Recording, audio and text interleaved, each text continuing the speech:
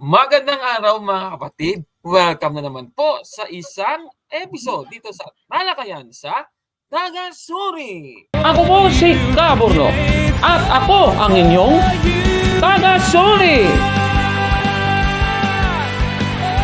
Sa puntong ito ng ating programa, kung hindi ka pa nakasubscribe, pakiclick po ng subscribe button at ang notification bell para updated po tayo sa ating mga susunod na videos. Kaya, let's go at simulan na natin!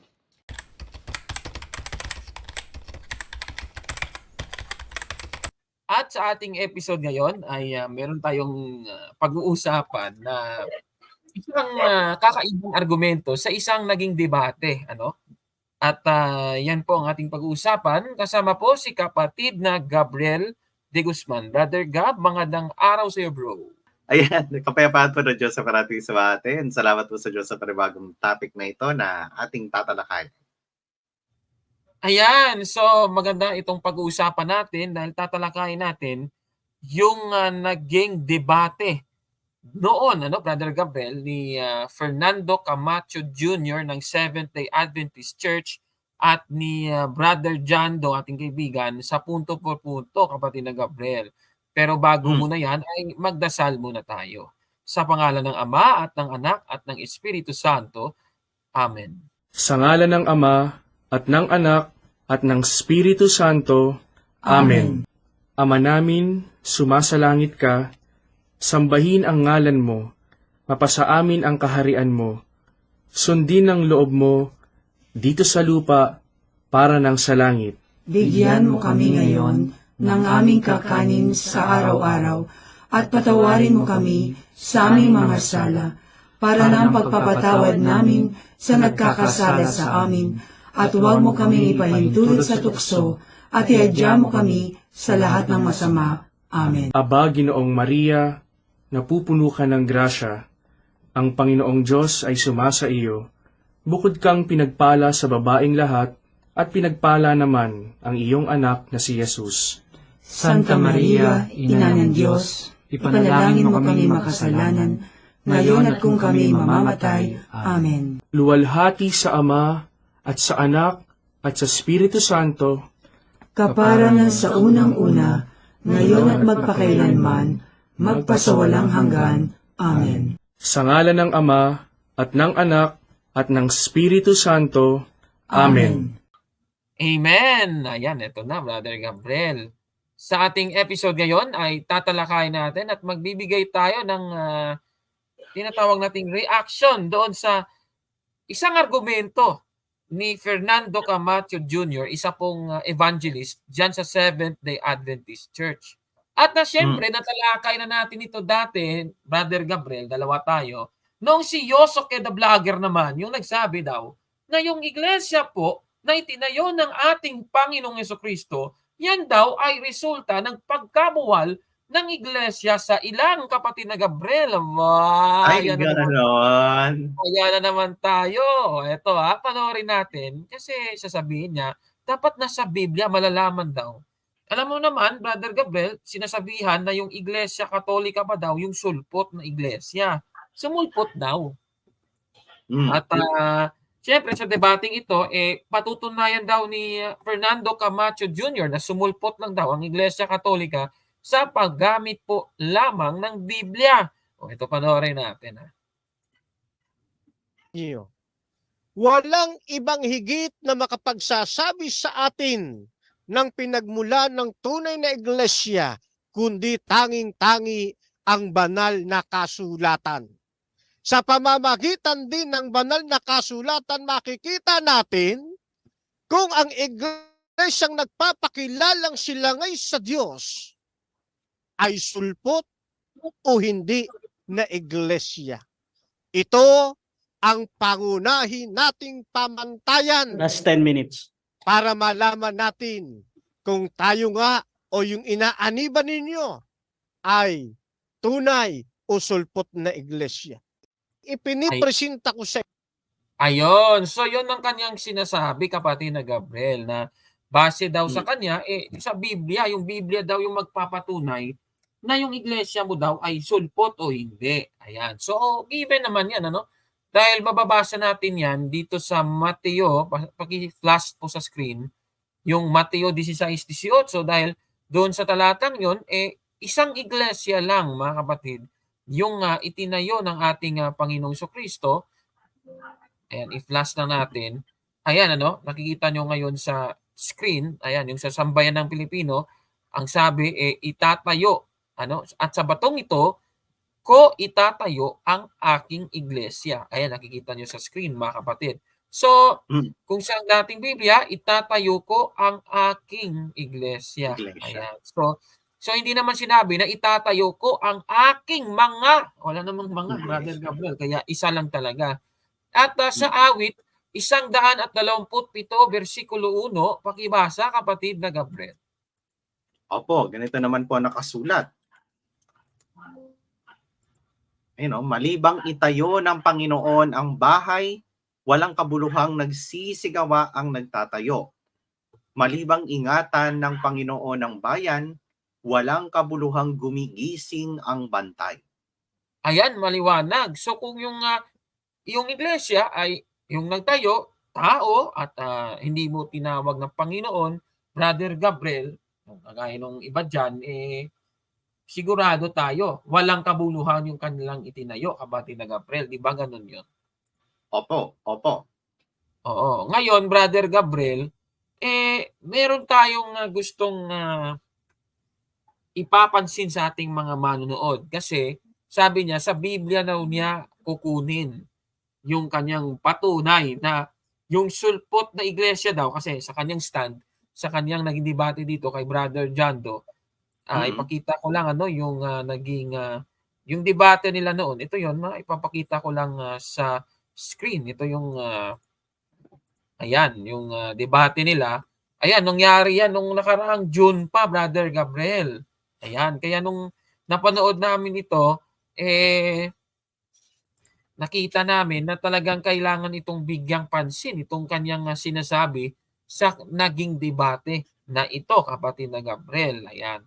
So, ano po ba ang kasi dito, balikan lang natin, yung sinasabi niya kasi, Brother Gabriel, na yung Roman Catholic Church daw ay ang sulpot na iglesia.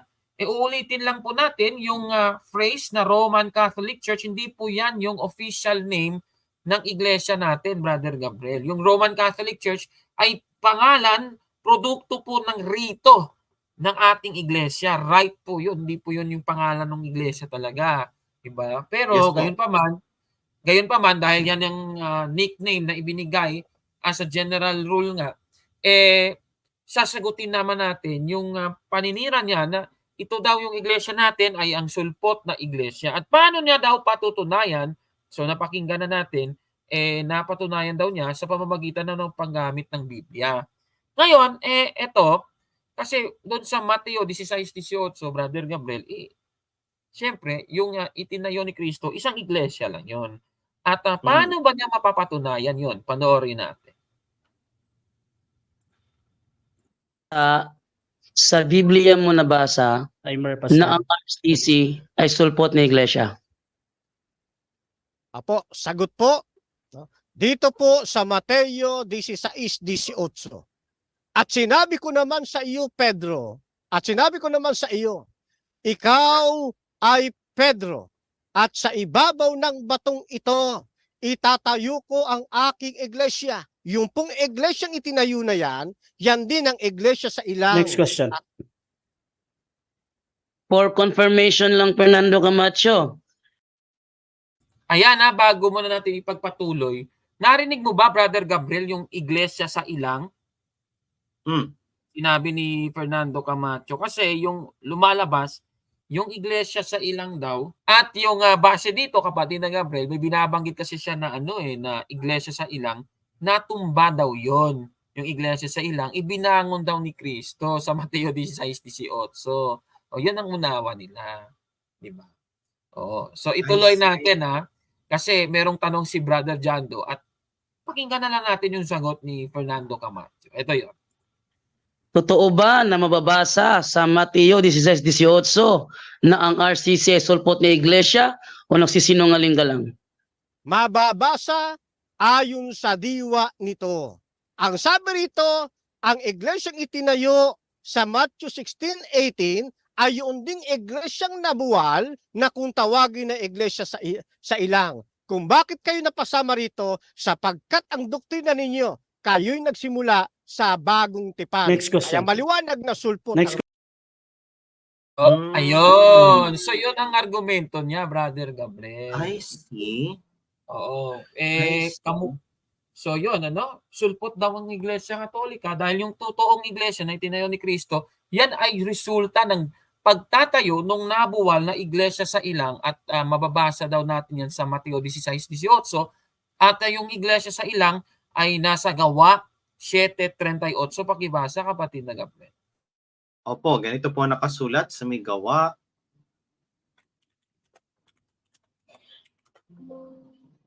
Ito yaong naroon sa iglesia sa ilang, nakasama ang anghel na nagsalita sa kanya sa bundok ng Sinai, at kasama ang ating mga magulang, na siyang nagsitanggap ng mga aral na buhay upang ibigay sa atin. Ayun. So, merong binabanggit na iglesia sa ilang.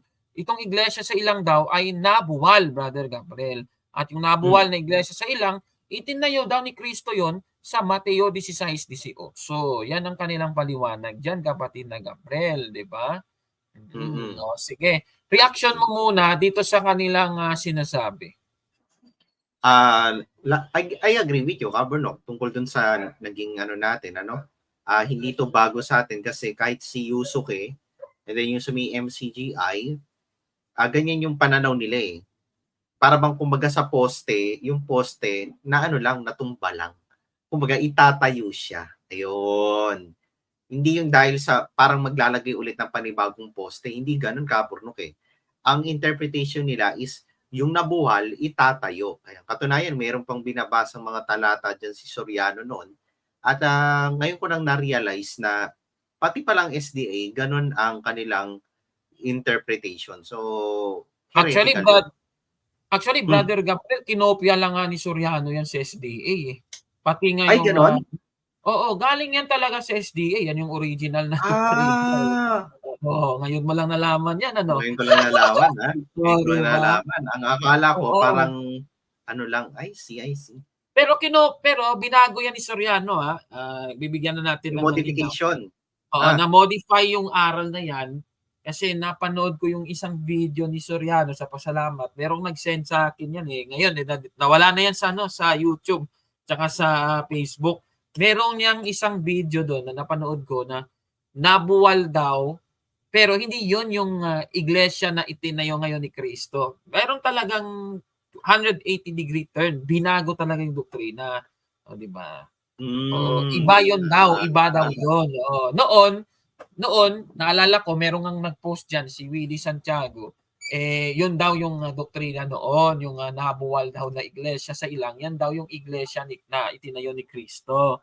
O, di ba? So, binago yan. O, ngayon, kapatid na Gabriel, tama ba itong sinasabi ni Fernando Camacho Jr.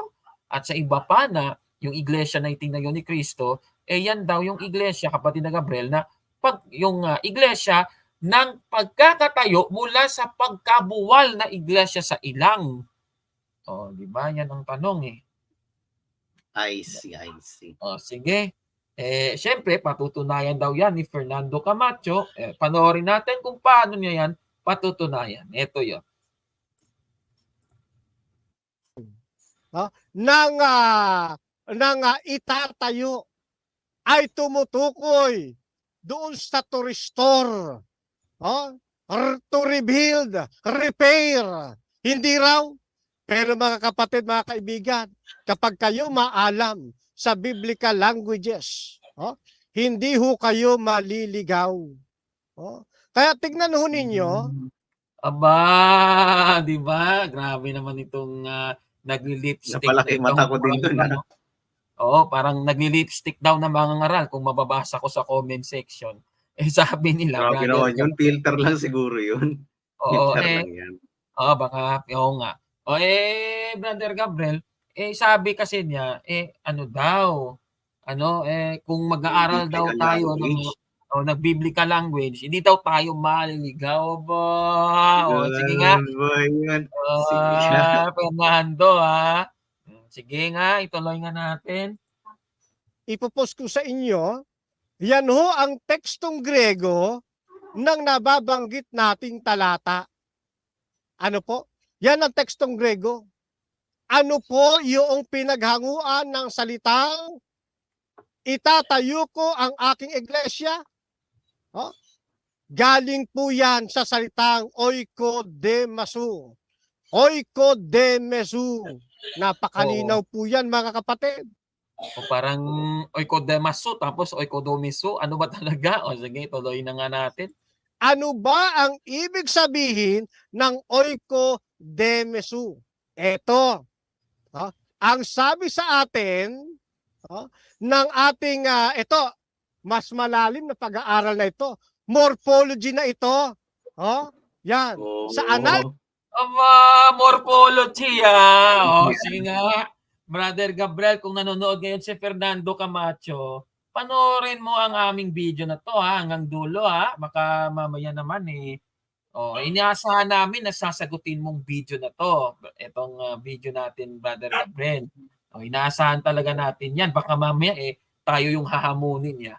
Nakanda naman tayo, Brother Gabriel. Yung atin lang, kapatid na Gabriel. Yung totoo lang, di pa morphology pa siyang nalalaman. Malalaman pala natin sa uli, meron siyang palang milagrong ginawa diyan. O sige, tuloy na nga natin, Brother Gabriel. Analysis ng morphology, sabi rito, yung oikodemaso, ano sabi? Build, erect, build up again, restore. Aba, merong daw nabasa, restore. Ganon pala yun. O, tuloy nga natin. Tama ba na pagkabasa natin? Restore. Napakalinaw, mga kapatid. Di O, napakalinaw daw, Brother Gabriel, O, sige nga, tuloy nga natin. ba? O, alin niyang i-restore? Di yung iglesia sa ilang na nabagsak. Di ba? Ayun, yun ang kanyang patunay, kapatid na Gabriel. Diba? I see. Gumamit siya ng Strong's Lexicon ata to, kapatid na Gabriel. Hindi ako Palagay ko nagkakamali. Palagay ko Sige. Sige nga, tuloy nga natin. Kaya nga tinatanong natin eto pa isa.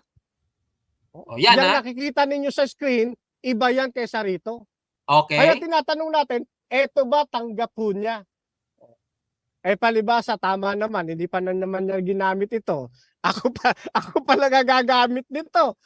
Aba, ang yabang talaga, Brother Gabriel, sige nga, tuloy nga natin, Tignan ninyo, mga kapatid, mga kaibigan. Dito, sa aklat na ito yan. Ito. Ano nakalagay? Ano ho ang inyong mababasa? Ayan, napakalinaw. Joseph H. Thayer, third printing. January 1991. Yan po ang copyright niyan. Okay? Publishing, Hendrickson Publishing, page 440. Contextually, to restore by building, to rebuild, repair. Ang linaw, mga kapatid. Aba, ang linaw daw, Brother Gabriel. Ang linaw daw. Sige nga, ituloy nga natin kung malinaw nga malinaw ang pagsisinungaling. Sige, tuloy natin. Mas matalino ba ang ibang tumututol dito? Hindi yun. Ano ba ito? Bihasa sa biblical languages. Di ba? Kaya, paano na ngayon maitatayo ng negative side? Na ang iglesia nila ay hindi sulpot. Last 5 minutes. Kayong ang itinayo palang iglesia, yung itatayo sa Matthew 16:18 ay bunga ng pagre-restore, pagre-rebuild. Bakit ginamit ang pagre-rebuild? Kasi nga nabuwal. Ayun. So, gano'n ang kanyang, patunay, 'di ba, Brother Gabriel? Hmm. Sige, reaction mo muna, Brother Gabriel, doon sa kanyang pahayag, bago muna natin ito isusuriin. Kasi taga-suri tayong dalawa, eh. So, dapat natin talagang suriin itong kanyang mga sinasabi. Sige, reaction mo muna, Brother Gabriel. Ayan, nawala ka pang audio. Nakakatakot talaga yung ano 'no, yung mga talagang sa sekta nila 'no. Kasi para silang walang pinagkaiba sila sa INC, sa MCGI 'pag gumamit ng referensya. Wala namang problema sa referensya bro, eh. Ang problema is ano yung interpretation mo dun sa referensya na ginagamit mo. Yun kagad yung napapansin ko tulad niyan sa INC, 'di ba? 'Pag gumamit ng referensya ang INC nakakatakot, eh. It's either may bias yung referensya or tama naman yung referensya, pero nakakatakot yung interpretation. 'Di ba? Mayroong paghihilot ng interpretation. Same goes din dito kay Thayers. 'Di ba? Nakabasa lang ng rebuild, nakabasa lang ng restore, o edi yun na kagad ang interpretation nila. At ang worst pa doon is kinumpre edi meron na silang naka-stand na interpretation. Biglang babanat pa ng yung ba ikang ano sa negative side, yung mga ano sa negative side. May brainwashing pa na ano no, na involved eh. Kaya naku po Kapor, sa akin hindi uubra yung mga ganyan kasi madidiwaan mo kagad may something talaga eh. May something Kapor. No?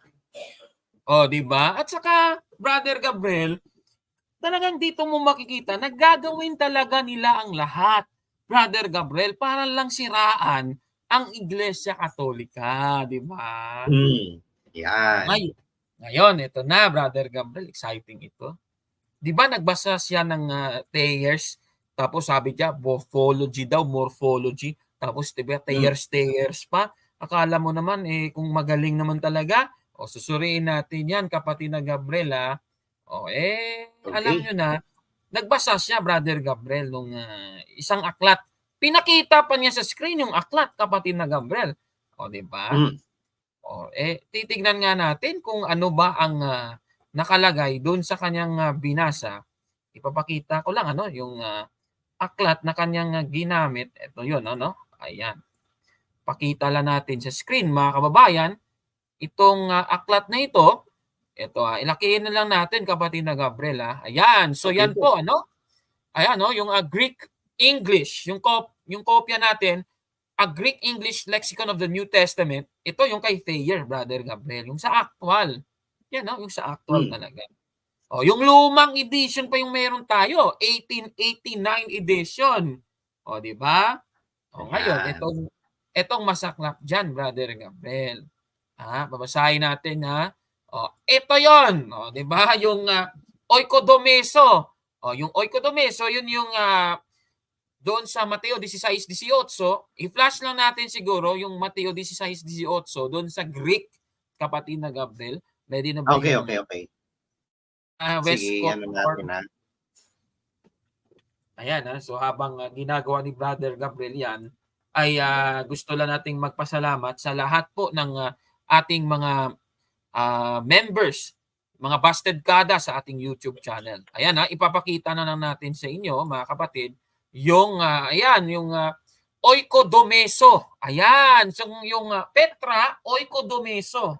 Yung salitang oikodomeso, kapatid na Gabriel, sa Greek na nung binasa ni Fernando Camacho, ewan ko kung anong ang gulungan niya nung binigkas ito, oikodomeso lang naman 'yan, 'di ba? So ngayon, itong oikodomeso ayon yun sa Thayer's Greek, papakita lang natin sa screen kapatid na Gabriel, Ito maganda 'to, talaga namang, ayan. So gandahan lang natin yung frame. Ayan, nakikita niyo po ngayon at, ito yung binasa. Ayan, Brother Gabriel, tignan mong maigi 'yan, 'yan, 'yan ang binasa. Anong napapansin mo diyan, kapatid na Gabriel, sa binasa? 'Yan, yung naka-underline, yung nilagay niya sa kaniyang, presentation at binasa niya sa gitna. 'Di ba? Anong masasabi mo? Ayan. Yun nga po, yung andun talaga yung kanyang interpretation na yung to restore, building, ayan, rebuild and repair. Kaya doon na ako doon na ako mapapaisip na anong gaano kalakas yung kanyang loob na tawag doon, kaliputin yung sulat ng sulat yung Thayer's Greek na yan. Grabe talaga siya. Lang talaga, maiangat lang yung interpretation na gusto niya palabasin. Ayan. Oo, yan alam niyo, nakikita nyo, napakaliwanag mga kababayan, na nandaya. Ayan ulitin ko po, nandaya po si Fernando Camacho. Ayan, nakikita nyo Klarong-klaro, meron ng underline yan. Yan yung kanyang nilagay. Pero meron siyang iniwasan, Brother Gabriel. Ayan, nakikita nyo sa screen Ano bang iniwasan niya? Ito. Yung dami sa gitna. Yun.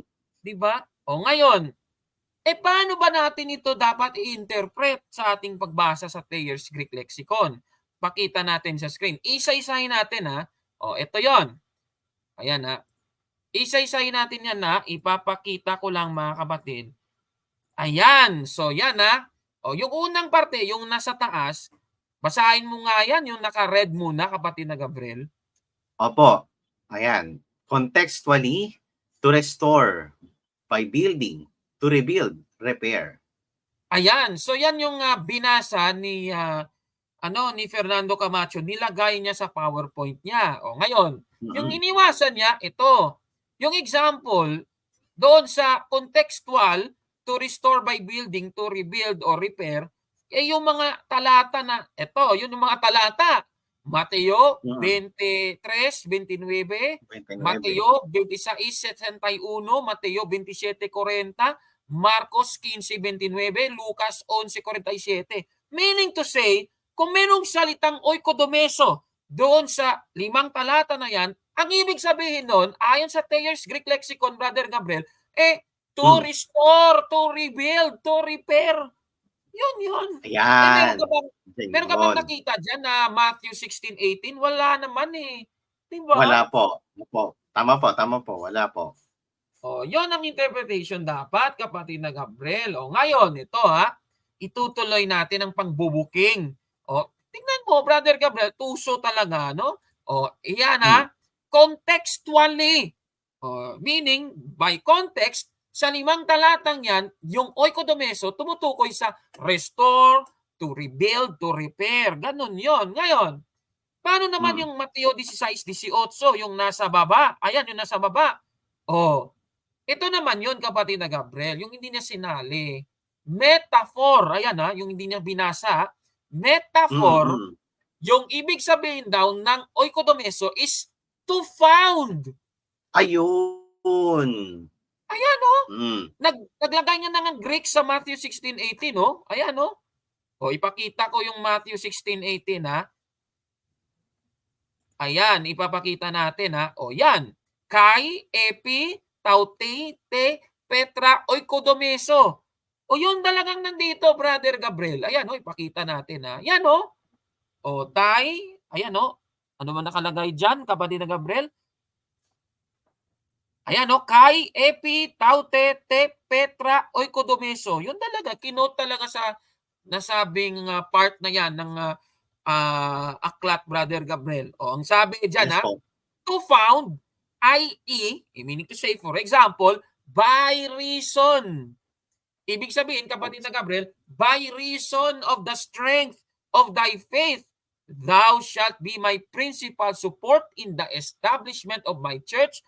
Matthew 16:18. Ibig sabihin, ano bang ibig sabihin ito? Ibig sabihin, yung oikodomeso sa Mateo 16:18, ibig sabihin nun, metaphor pala yun, not to found. Ganon yun, kapatid na Gabriel. Pinutol chinap-chap.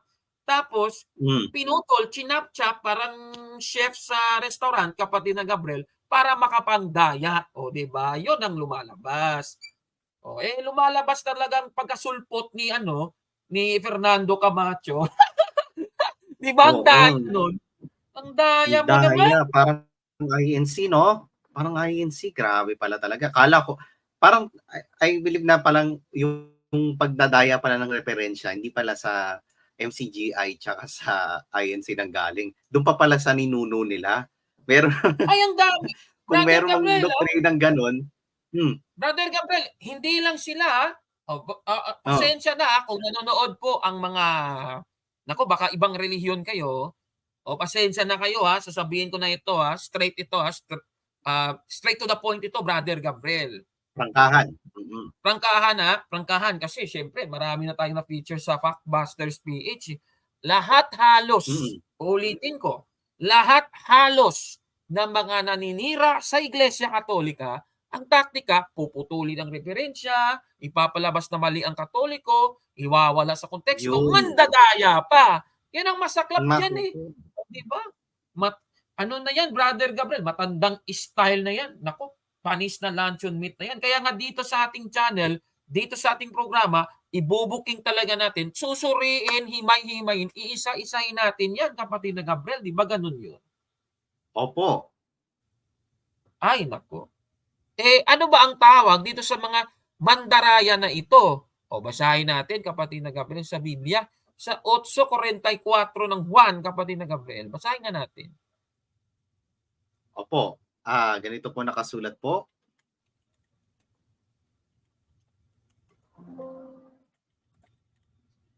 Kayo'y sa inyong amang dyablo, at ang mga nais ng inyong ama ang ibig niyong gawin.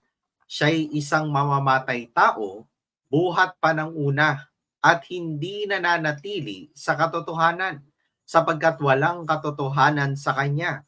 Pagka nagsasalita siya ng kasinungalingan, ay nagsasalita siya ng saganang kanya, sapagkat siya'y isang sinungaling at ama nito.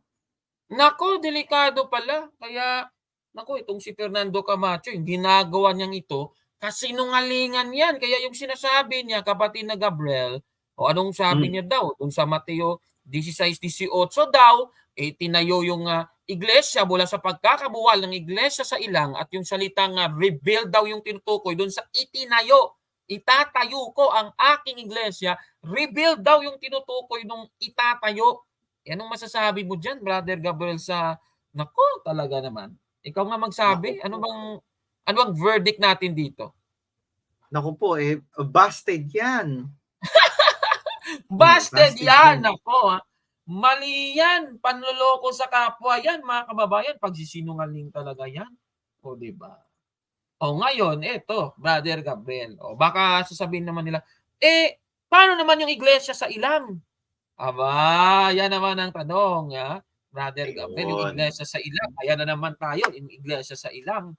Sige nga, basahin na nga natin yung kinote natin kanina. Muli nating basahin yun, yung Gawa 7:38, kapatid na Gabriel. Opo, basahin natin ulit. Ayan. Ito yaong naroon sa iglesia sa ilang, nakasama ang anghel na nagsalita sa kanya sa bundok ng Sinai, at kasama ang ating mga magulang na siyang nagsitanggap ng mga aral na buhay upang ibigay sa atin. Ayan, Brother Gabriel, tanong, ano bang tinutukoy na iglesia sa ilang dyan sa Gawa 7:38, Brother Gabriel? Yan ba tumutukoy sa iglesia, parang yung iglesia natin, Brother Gabriel, o yung iglesia ng Seventh-day Adventist? Yan bang tinutukoy dyan, kapatid na Gabriel, o simple lang na assembly? Kasi di ba yung salitang ecclesia o iglesia, assembly po yun eh. Yun naman talaga yung meaning nun, Brother Gabriel. Ito katulad nito, basahin natin yung isang salin. Bisitahin muna natin yung mga salin. Ito ipapakita ko sa inyo, Brother Gabriel, yung salin na ito. Itong salin ng New International Reader's Version. Basahin mo nga, kapatid na Gabriel. Moses was with the Israelites in the desert. He was in the angel who spoke to him on Mount Sinai. Moses was with our people of long ago. He received living words to pass on to us. Ayan, so yung iglesia sa ilang, isinalin yan na Israelites. Ayun, mga Israelita pala yun, kapatid na Gabriel, di ba? I see. Ano pa? O ito pa Brother Gabriel, yung yung New Life Version. Basahin mo nga yung salin na yan, kapatid na Gabriel. This is the man who was with a Jewish nation in the desert. The angel talked to him on Mount Sinai. Moses told to it our earthly fathers. He also received the living words of God to give to us. Ayan, klarong-klaro. Ibig sabihin, tumutukoy lang yon sa mga Israelita, yung mga Hudyo in general, Brother Gabriel. Ganun yun. Mm. O ngayon, ang tanong, eto naman, paano naman, Brother Gabriel, yung iglesia na itinayo ng ating Panginoong Jesucristo? Yan ba'y composed lamang ng mga Hudyo, kapatid na Gabriel? O basahin natin. Dito po sa Efeso, Kapitulo 2, versikulo 14 hanggang 16. Gamitin mo nga sa English yung Contemporary English Version. Basahin nga natin yun, kapatid na Gabriel. Yung Opo, nasa dos. CEV. 2:14 muna para mas masarap. Ito, basahin natin, kapatid na Gabriel. Opo. Christ has made peace between Jews and Gentiles, and He has united us by breaking down the wall of hatred that separated us. Christ gave His own body to destroy the law of Moses with all its rules and commands. He even brought Jews and Gentiles together as though we were only one person when He united us in peace. Ayan. Ngayon, yan So yung Hudyo at yung Hentil nagsama. Naging Kristiyano kasi sila, nagsama sila, naging Kristiyano, naging isang taong bago. At yung taong bago na yon, ano yon? Versikulo 16, kapatid na Gabriel. On the cross, did away with our hatred for each other. He also made peace between us and God by uniting Jews and Gentiles in one body. Ayon, klarong-klaro, kapatid na Gabriel.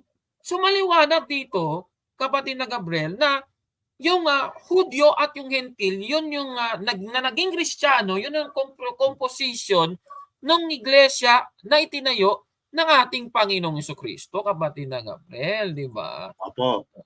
O, ganun yun. At mababasa natin sa Colosas 1:18, ano po ba itong katawan na tinutukoy? Basahin nga natin yan. Sa contemporary na lang para mabilis, kapatid na Gabriel. Opo, He is also the one who told us about the love that God's Spirit has given you. Ayan, kapatid na Gabriel, mali. Colosas 1:18. Sorry, pakat. Ikat mo lang. Okay, sige lang.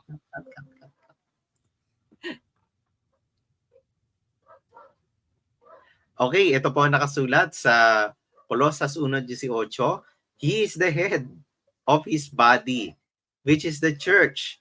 He is the very beginning, the first to be raised from death, so that He would be above all others. Ayun. So, klarong-klaro, kapatid na Gabriel. At ika nga ng Efeso 1:23, basahin nga natin yan. Baka sasabihin niya, Colosas naman yan. O, itong Efeso 1:23, basahin natin. The church is Christ's body and is filled with Christ who completely fills everything. Ayun. So, ibig sabihin, yung nasa Efeso, ibababa natin Efeso Kapitulo 2, versikulo 16, yung tinutukoy na katawan, yun po yung iglesia. Ayan. O ngayon, etong tanong. Yan bang iglesia na yan ay yung Seventh-day Adventist Church na iglesia na kinaaaniban ni Fernando Camacho Jr.? O, yan ang tanong, Brother Gabriel, di ba? O, Biblia din ang ating pasagutin para mabilis. Basahin natin, kapatid na Gabriel, dito sa Efeso Kapitulo 2, versikulo 15. Ito, babasahin natin itong magandang salin. I-flash ko lang sa screen. Basahin mo nga yan, kapatid na Gabriel. Opo, ito po ay Richard Baxter. Yan. Palibhasa, tao sa karaniwang kalikasan ng tao at nag-aalok ng kanyang katawan na isang alay para sa mga kasalanan ng lahat. Inalis niya ang batas ni Moises na naglalaman ng mga ordinansang seremonyal, tipikal at pampulitika na may matinding parusa at ginagawa tayong lahat na isang Iglesia Katolika, nagkakaisa sa kanyang sarili ang ulo. Ayan, klarong-klaro. Hindi pala Seventh-day Adventist Church nakalagay, Brother Gabriel. Nako naman. Opo. Iglesia Katolika. At Katolika. ulitin ko lang. At ito gusto ko lang pansinin ito. Yung nagsalin ng salin na ito, hindi po Katoliko to Baka sabihin nyo naman dinadaya namin walang ganun, ano? O, di ba? So, ibig sabihin, kapatid na Gabriel, hindi nga totoong sulpot ang Iglesia Katolika, kapatid na Gabriel, di ba? Amen. Amen. O, di ba? Paano ngayon yan, Mr. Fernando Camacho? Butata ka pala sa aming natuklasan. Ako, sinungaling talaga yun. Kasinungalingan pala yung ginawa niya, Brother Gabriel. Di ba ganun yun? Opo, talagang nagkalikot lang kasi ng referensya and then nagbigay ng interpretation, yun na, wala na. O, di ba? Grabe naman talaga, mga kababayan. Ano pong masasabi ninyo sa ating episode ngayon, itong yung mga ginagawang yan ni Fernando Camacho Jr. Paki-comment po sa baba, mga kababayan. At kung like po ang video na ito, paki-smash ng like button at mag-subscribe sa ating YouTube channel, Factbusters PH. Kaya, huwag maniwala sa sabi-sabi. I-check mo na kung fact nga talaga. Hanggang sa susunod na episode, ako po si Kabornok kasama si kapatid na Gabriel de Guzman at kami ang inyong taga-suri. Ayan, di ba? Nasuri na natin itong si Fernando Camacho Jr. Baka mamaya kung mapanood niya ito, Brother Gabriel, iiyak yan, sigurado, no? Huling-huli kasi siya. Huling-huli kasi siya sa kanyang kasinungalingan. Paano ngayon yan? O, diba? Ay, kawawa naman. Mga kababayan. O, diba? Bye po, mga kapatid. Ayan, no? I am Catholic. I